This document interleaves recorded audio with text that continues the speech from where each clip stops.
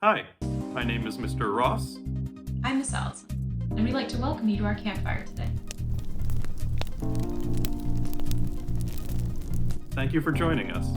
We are Access Fellows with ArtistYear, a national AmeriCorps program committed to ensuring that every child has arts education, no matter their zip code.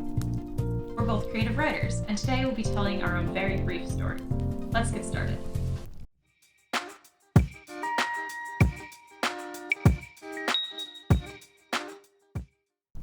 Let's warm up with a couple of questions. What's it like to be around a campfire? Either remember a time when you've been at a campfire, or imagine what it might be like. How do you feel? Who are you with? What are you doing?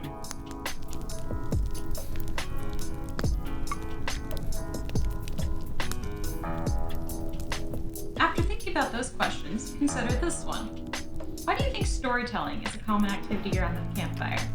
Take a moment to jot or write your thoughts down.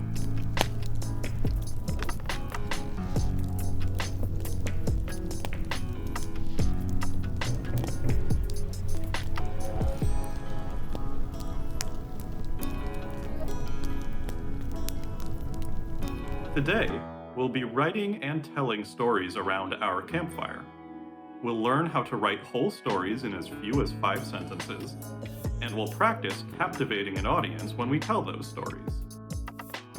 First, let's talk about what story structure is and what its 5 parts are.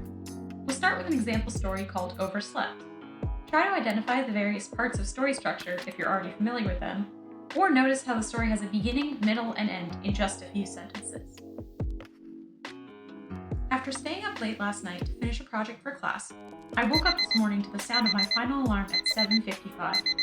The bus I take to school arrives at 7:59, so I threw on some clothes as quickly as I could and hurried out of the house. Seeing the bus pulled up to the stop at the far end of my block, I ran and shouted for it to wait, but the doors were already closing, and I watched as it drove off. The next bus didn't come for another 10 minutes, and I missed the beginning of first period. The teacher gave me detention for my lateness, but also an A on my project. Now let's break that down. You'll notice that the story has 5 sentences, 1 sentence for each of the 5 parts we're about to discuss. The first part is the exposition, which sets the scene with important information like who our main character is, where they are, and what sort of situation they're in. In our example story, the exposition is the first sentence. After staying up late last night to finish a project for class, I woke up this morning to the sound of my final alarm at 7:55. Right off the bat, we meet our main character and get everything we need to know to understand the rest of their story. The next step is the rising action, which is the events that cause tension to build due to a problem or conflict. We as the audience feel that tension like the slow climb on a roller coaster towards the top. In our story, we know from the exposition that our main character woke up 4 minutes before their bus arrived. They put on clothes quickly and left the house. Then we arrive at the climax, where events come to a head. This is the most exciting moment for the audience, when they're most likely to be on the edges of their seats. Everything before has been leading up to this, and we're totally focused on knowing what will happen in this moment. In our example story, the main character runs for the bus and misses it. Next is the falling action as things calm down, and the results of the climax become clear. In our example story, the main character faces the consequence as they miss the beginning of first period because the next bus doesn't come for another 10 minutes. And finally, the resolution, where the story comes to its close. A resolution isn't the same as a solution. The story doesn't always wrap up neatly with a nice little bow. There could be a cliffhanger that leaves the audience wondering what happens next, or an ambiguous ending that leaves them uncertain about what just went down. The resolution doesn't have to be fully happy or fully sad either. Our example story's resolution is bittersweet. The main character gets a detention, but also aces their project. And that's 5-part story structure. Some stories don't have an even triangle or mountain. They could have less rising action or a later climax. For our purposes, we're going to keep it symmetrical. If you have any questions, you can go back and rewatch parts of this video, or you can try asking an adult for help. And if you haven't already, take some time to get your writing supplies ready.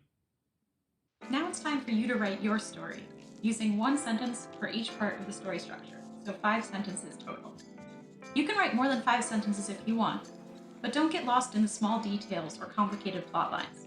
This activity is about getting from exposition to resolution quickly and efficiently. To help you get started, here's a campfire-themed prompt for you to base your story on. A person is lost in the woods at night and comes across a campsite where someone is sitting alone at the fire. Now you might be thinking, Mr. Ross, you said earlier that exposition is what sets the scene, and this prompt does exactly that. If you're thinking that, you're right. This prompt does a lot of our exposition work for us. So if you want to borrow part or all of this prompt for your exposition, the first sentence of your story, you're free to do so. Or you can turn this prompt into an exposition sentence of your own. It's your call. If you're writing with someone at home or replaying this video, you can pause here and check out these additional challenge ideas.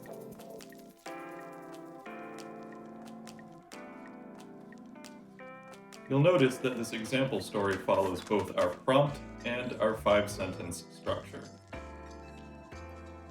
Roasting my fluffy marshmallow was the main event for the night. Suddenly, I heard the snap of a twig just feet from where I was sitting. I turned and saw a large figure coming towards me. And as he approached, he said, "I am Dan, the Marshmallow Man, and I've come to take you to Marshmallow Land." So off we went to Marshmallow Land, putting out the fire before we left, of course. Now I'm the Marshmallow Queen. As you probably noticed, this story's writer had a very lighthearted and fantastical take on our prompt. It's up to you whether you want to go comedic or serious, silly or scary, or anywhere in between. We recommend spending about 10 minutes writing, but hey, it's up to you. If you feel like you need more or less time, you can adjust as needed. Set a timer and pause the video here to have a story structure cheat sheet and the prompt on screen for reference.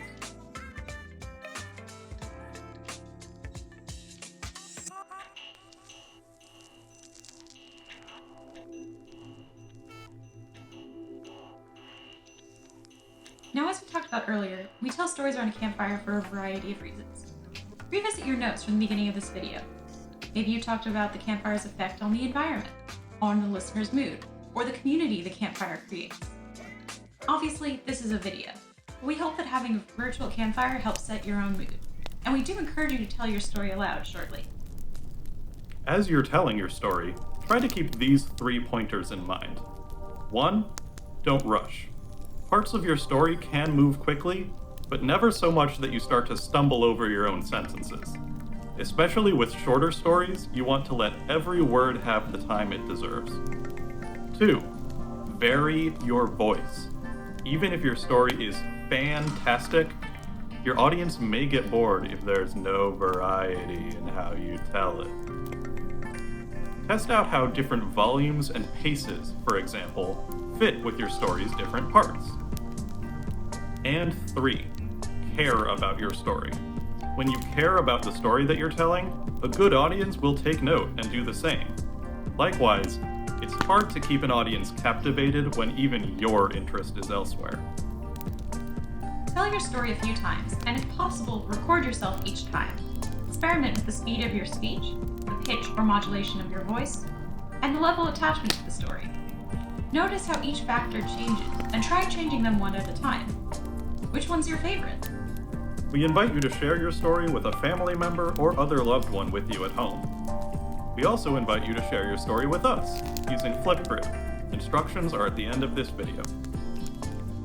Thank you for writing and creating with us.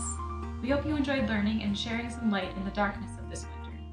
Remember to check out the other activities in ArtistYear's Sharing Light in Dark Times series. And to stay warm and safe. Bye!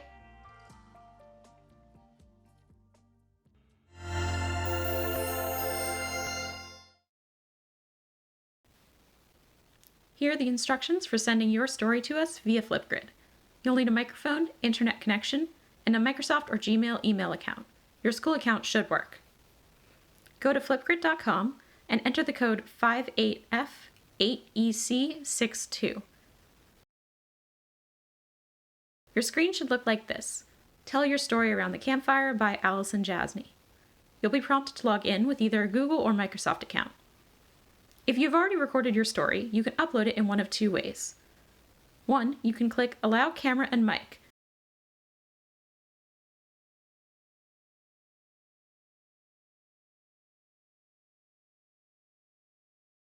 Then select Options using the three dots next to the red camera button below your video. Select Upload Clip, then drop or drag your clip into the box.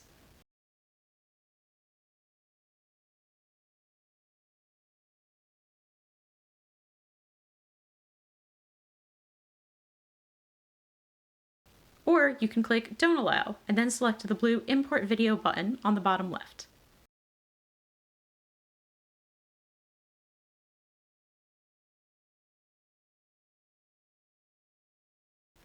Once your clip is uploaded, you can edit it to fit the 2-minute time frame if needed. And remember, we want the focus to be on your audio, so you can also choose to add an emoji or drawing over the image of your video.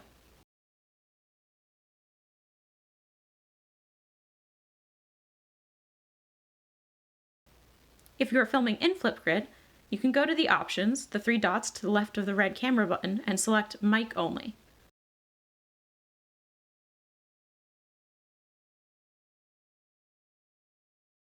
Once you're done recording, you can make any edits you'd like to your video. If you need to add or redo something, click Add More on the bottom left.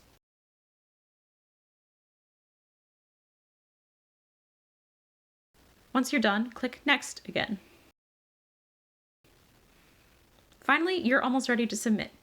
You can choose the cover for your story, just like the preview you see in a YouTube clip. You can take a selfie, use your name in fun fonts and colors, or select a frame from your video. It might take a few minutes for your video to upload. Thank you again for writing and sharing with us. Once again, remember to check out the other activities in ArtistYear's Sharing Light in Dark Time series, and to stay warm and safe. Bye!